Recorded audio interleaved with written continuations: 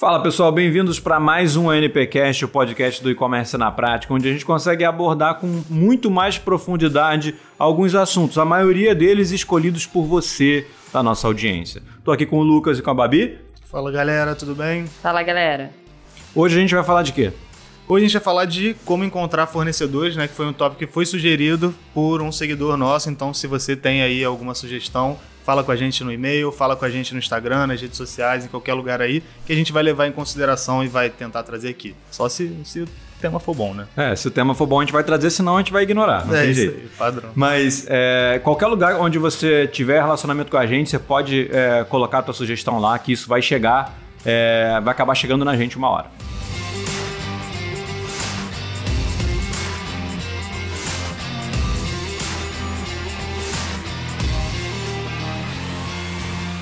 Então, pra gente falar aqui de fornecedor, né, que é um tema fundamental. Você precisa vender, você precisa de alguém para te fornecer, é o básico do básico ali. Vamos começar por onde a gente procura os fornecedores, né? Vamos subir aí aquela escadinha aos poucos. Primeiro, onde estão os fornecedores, para depois a gente entender aonde estão escondidos os melhores fornecedores que a galera quer saber. Tá, os fornecedores eles estão em todos os lugares. Qualquer lugar você consegue encontrar um fornecedor. Por incrível que pareça, os melhores em pleno 2020 são os fornecedores ocultos, onde a gente não encontra, dificilmente a gente encontra na internet. A gente vai contar nos dedos os segmentos onde a gente vai encontrar com facilidade, por exemplo, um fornecedor. A gente conta nos dedos. A maioria dos fornecedores bons realmente estão ocultos.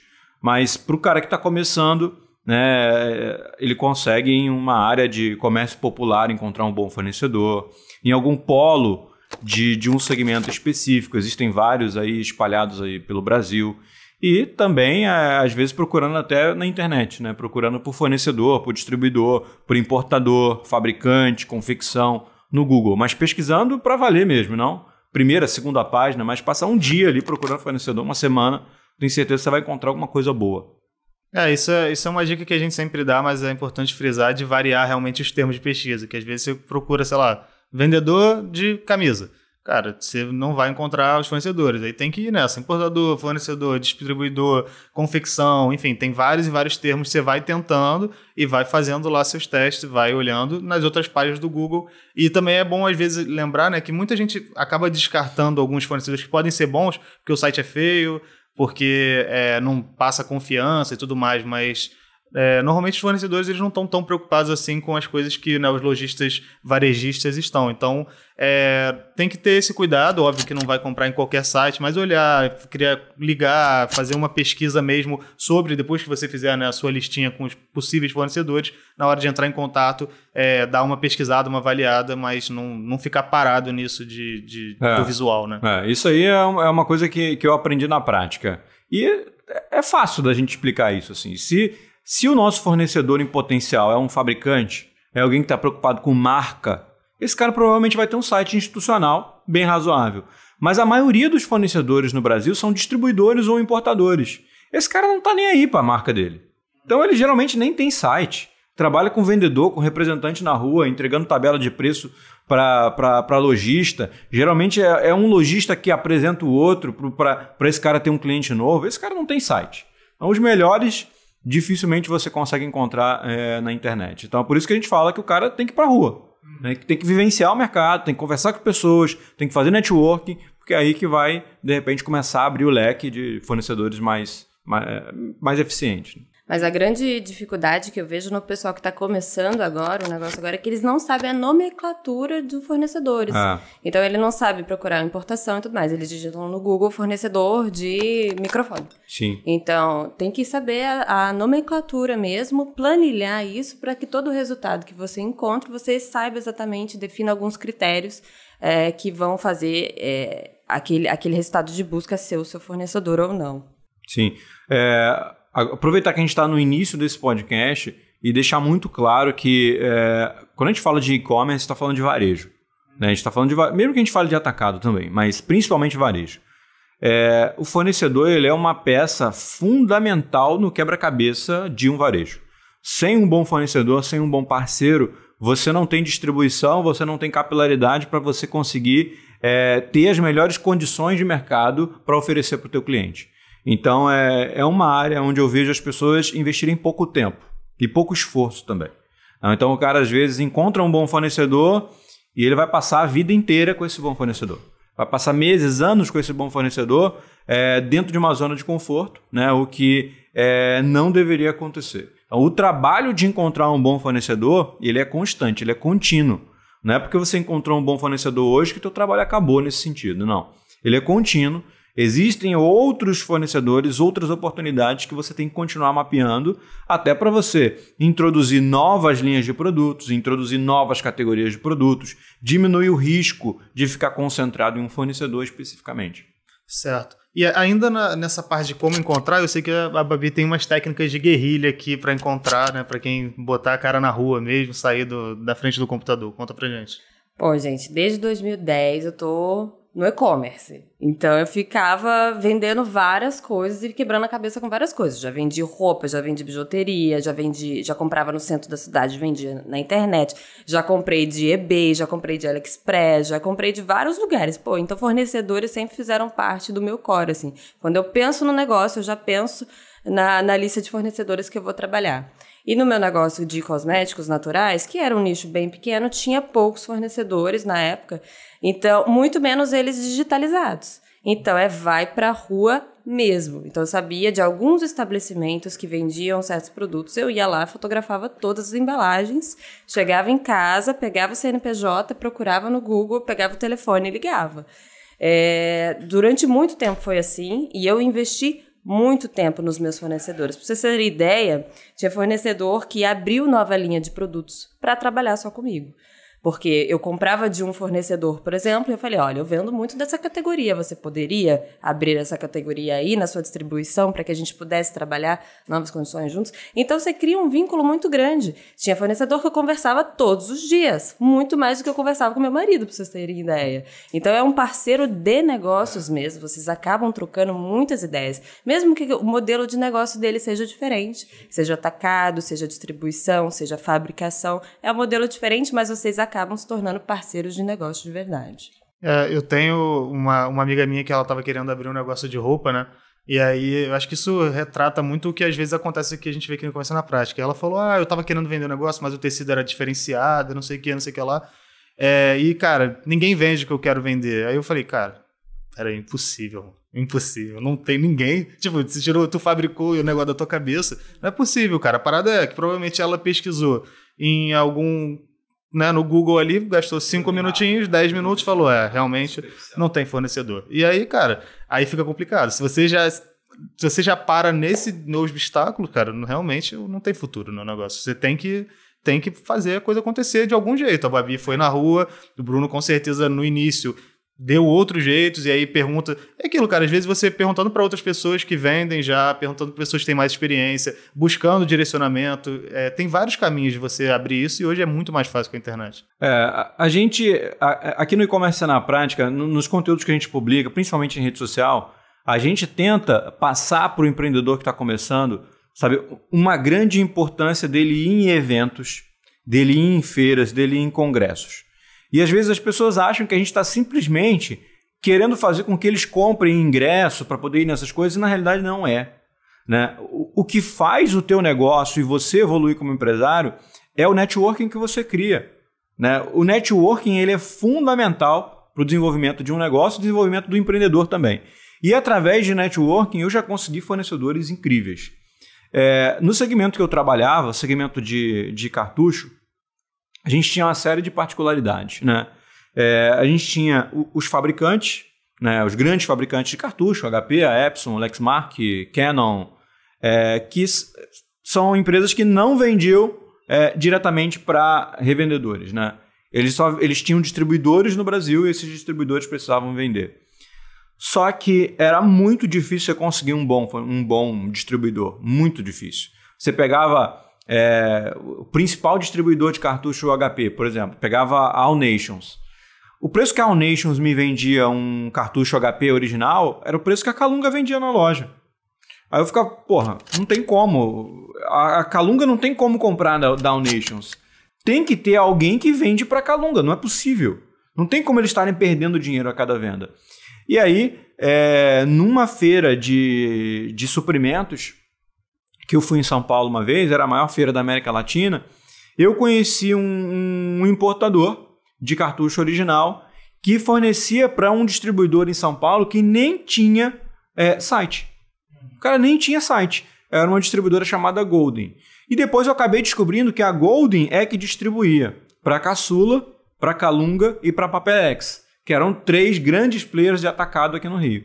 Foi aí que eu consegui abrir uma porta lá na Golden, pelo menos descobri que ela existia para começar a tentar abrir portas. Conheci outras pessoas que acabaram abrindo portas para poder começar a comprar cartucho ali da Golden. Foi só a partir desse momento que lá na Cartucho Etc. a gente começou a vender cartucho original HP. Porque antes a gente só vendia os compatíveis. Porque simplesmente não tinha preço para vender. Então, foi através de networking que essa porta abriu. Isso é só um exemplo, mas tem muitas outras portas que a gente abriu através de participação em evento, de networking, de conversando com outras pessoas. Então, basicamente, o cara pode procurar no Google, pesquisando do jeito certo e com aquela atenção que a gente falou, na sua cidade, nos grandes polos, tem polos estaduais, polos nacionais de certos produtos e com esse networking que ele vai criando. Então, de qualquer forma, é importante ressaltar aqui que o cara tem que sair da cadeira dele um pouquinho. Com certeza, tem que ir para a rua, Não tem jeito, gente. Não tem como você construir um negócio 100% do tempo sentado na frente do computador. Não tem como. Se eu montar uma startup de tecnologia... Não vai, cara. O dono da startup está dia e noite atrás de investidor na rua e não é do outro lado do computador que ele vai fazer isso. Então, negócio se faz no mundo real, né? Você pode ter realmente uma estrutura digital, a gente vai te dar todo o direcionamento para isso, mas você tem que entender que a vida do empreendedor ela não se limita a isso, né? E teve outras loucuras que eu já fiz para achar fornecedor. Olha só, essa história eu já contei algumas vezes, mas vamos lá. Tinha um infeliz de um vizinho que ele vendia, cara, mídia, CD, DVD virgem, essas paradas, cara, muito barato. O infeliz vendia tão barato, mas tão barato, que o valor que eu pagava era mais caro do que o varejo que ele vendia ali no stand em frente ao meu. E aí, cara, eu não conseguia entender isso. Eu falei, cara, não é possível. Esse cara contrabandeia isso, esse cara atrás do Paraguai. Tem que ter alguma coisa que faz esse cara vender. E aí, conversando com uns sacoleiros que trabalhavam lá no edifício central, eu fui perguntar preço de mídia. Cara, quanto que é essas mídias que esse cara vende lá no Paraguai? O cara me trouxe a lista de preços das lojas lá do Paraguai e era mais caro do que o cara vendia. Eu falei, não é possível. Cara, não é possível, simplesmente não é. Agora, o que eu vou fazer? Eu vou esperar. Ele não recebia mercadoria ali, né? Mas eu sabia qual era a sala dele lá no meu prédio. Então eu vou esperar esse cara receber mercadoria. E eu vou ficar de olho em quem é o fornecedor dele. Ficamos ali um dia observando as entregas lá dentro do shopping e chegou um momento que começou a chegar um grande carregamento de mídias. Ficamos observando.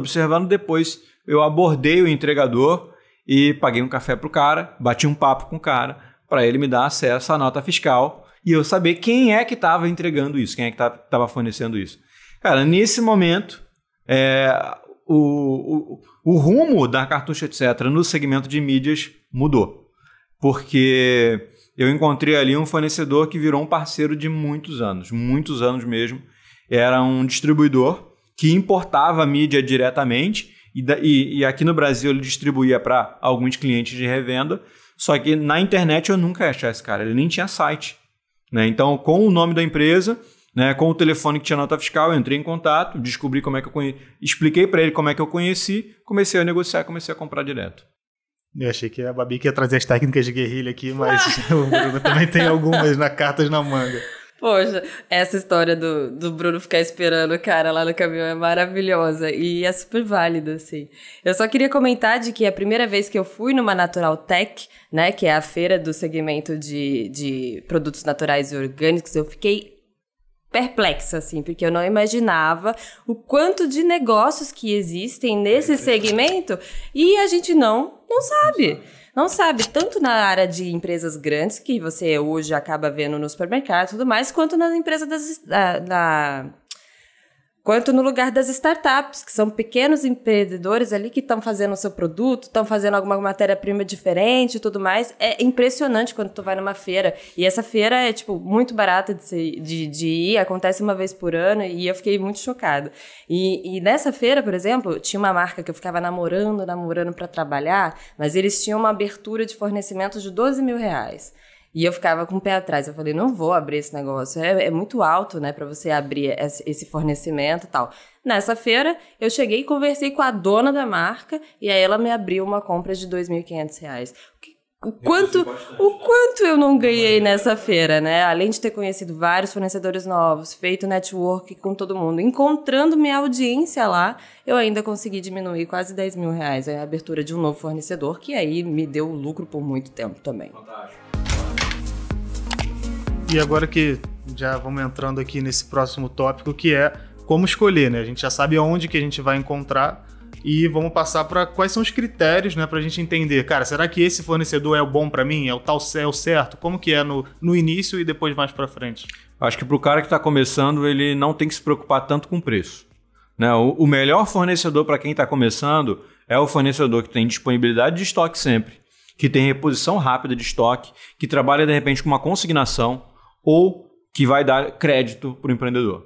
Essas são as 4 coisas que você tem que estar procurando, você que está começando. Crédito, consignação, disponibilidade frequente de estoque e reposição rápida. Porque você não vai ter tanto dinheiro para investir, você não vai ter um estoque tão grande, e se você tiver um estoque pequeno, vender tudo muito rápido, e o teu fornecedor não repor, você não tem mais nada para vender. Então, esses 4 critérios é o que você tem que estar procurando no início. E também histórico da empresa, você conhecer ali um pouco da empresa, você consegue isso tranquilamente no Google, ou então conversando com outras pessoas que você sabe que vende esse produto. Observar um pouco durante o trabalho a saúde financeira desse fornecedor. Distribuidor é mais tranquilo, mas, por exemplo, indústria, às vezes passa por uns períodos bem difíceis, assim. Então, lidar diretamente com a indústria requer um pouco mais de cuidado. Distribuidores ali, ele já tem o prazo da indústria para pagar, então fica mais tranquilo. E a capacidade produtiva também, né? É muito, muito importante. Qual a capacidade que o seu distribuidor tem de ter no depósito dele? E também de te entregar? Ou do fornecedor, que é a indústria, né? Quanto tempo qual é a capacidade produtiva dele? Se eu vender hoje 1.000 unidades, você vai conseguir me entregar? Então, ter essa conversa bem franca com eles, assim. Tem um outro ponto também que eu quero deixar bem destacado, assim. Já teve casos de eu encontrar fornecedor com preços extremamente competitivos, só que na hora que eu negociei com o fornecedor, eu não me atentei a uma coisa. Grande parte, não vou dizer grande parte, mas uma boa parte do que a gente vende volta. O cliente devolve, dá defeito, se enquadra dentro do período de garantia. É o famoso RMA que a gente fala, né? O retorno de mercadoria. É muito importante que você entenda como que funciona o RMA do teu fornecedor. Já teve casos de eu pegar um fornecedor extremamente competitivo, de eu achar que tinha descoberto ouro com aquele fornecedor e na hora de tratar o RMA, o cara simplesmente me ignorava. Eu não conseguia realmente tratar RMA com aquele cara e depois ele chegava ao ponto de ser bem claro. Cara, o meu preço é o melhor. Aqui não tem RMA. Então você compra comigo já sabendo que eu não vou trocar nada. Se fizer sentido para você, beleza. O fornecedor chegou a esse ponto. Aí isso é um ponto muito importante para alguns segmentos, né? O segmento de cartucho, principalmente, que a gente tinha uma média de 5% a 7% de RMA. Então, se eu pegasse um fornecedor que era 2% mais barato do que o meu melhor fornecedor, eu estava perdendo dinheiro. Ia perder dinheiro, né? No médio e longo prazo eu ia acabar perdendo dinheiro. Esse foi o 4º critério que eu anotei aqui, é o nível de adoção de boas práticas. Se o cara não tem controle sobre a qualidade do produto ou se não dá atendimento adequado ao cliente, né, que é você, já era, assim, não faz parte da minha lista de fornecedores, por exemplo. Legal. E qual é o 5º? A gestão competente do distribuidor, da empresa do fornecedor, assim, porque se você dá um feedback para ele e ele não acata, Ou então, se ele te zoneia lá nos boletos, ou se ele fica te pressionando e tudo mais, alguma coisa assim, fica empurrando produto e tudo mais, e tem a empresa bagunçada lá dentro, às vezes você tem um atraso na entrega, alguma coisa assim, também atrapalha muito o nosso trabalho, porque o e-commerce que revende, ele é 100% ele refém do fornecedor. Precisa de agilidade. Ele precisa de agilidade, ele precisa de organização, ele não precisa de ter alguém perturbando a vida dele. Então, ele precisa de trabalhar com pessoas que fazem a gestão competente, até porque para o negócio dele ter uma gestão também competente. E o último critério que eu levo em conta são os custos. Os custos do produto mesmo. Porque se tem os outros, a gente consegue com o tempo negociar cada vez mais. Mas o custo e o preço dos produtos não deve ser o critério-chave de escolha. Não é o primeiro, né? Não é o primeiro. Não deve ser o primeiro. Esse lance da organização eu acho muito importante também, porque quando a gente trabalha com giro, a gente precisa de muita agilidade. E geralmente, quando você não conhece a fábrica do cara, você não tem acesso a isso. Mas geralmente o fornecedor desorganizado é o fornecedor que não cumpre o prazo de entrega. Aí ele geralmente coloca a culpa na transportadora, né? Só que você consegue ver se ele consegue cumprir o prazo de despacho da mercadoria, pelo menos. Tinha fornecedores que a gente trabalhava, né? A gente tinha muito esse tipo de problema com tinta. Porque tinta é muito pesado, né? Uma garrafinha de tinta, beleza, é pequena, mas a gente comprava tinta em grandes volumes. Então isso era muito pesado e precisava colocar na transportadora o mais rápido possível, porque vinha pra gente de frete rodoviário e acabava sendo um frete bem lento. Então, quanto mais o fornecedor enrolasse para poder despachar aquilo ali para a transportadora, pior era para a gente. A gente tinha fornecedor que conseguia fazer isso com uma agilidade muito grande. A fábrica, por exemplo, que a gente chegou a comprar uma parte, a gente era sócio, tinha uma agilidade muito grande na distribuição da mercadoria. Só que, em compensação, as outras marcas de tinta que a gente trabalhava, a gente sabia que, cara, fez o pedido ali, é uma semana para o cara despachar. É uma semana para o cara postar ali. E eram marcas que a gente acabava desprivilegiando no nosso portfólio por conta desse problema. Por exemplo, tinha uma marca chamada Inktec, que era uma fabricante de tinta específica para Epson. Eu vou deixar de trabalhar com a Inktec? No meu caso, eu não tinha como deixar, porque era a única marca daquele segmento. Mas eu colocava a margem daquele produto lá em cima, que era justamente para eu não ter volume dele. Porque se eu tivesse volume, eu ia acabar tendo problema com o meu cliente. Então a gente acabava despriorizando realmente esse tipo de fornecedor.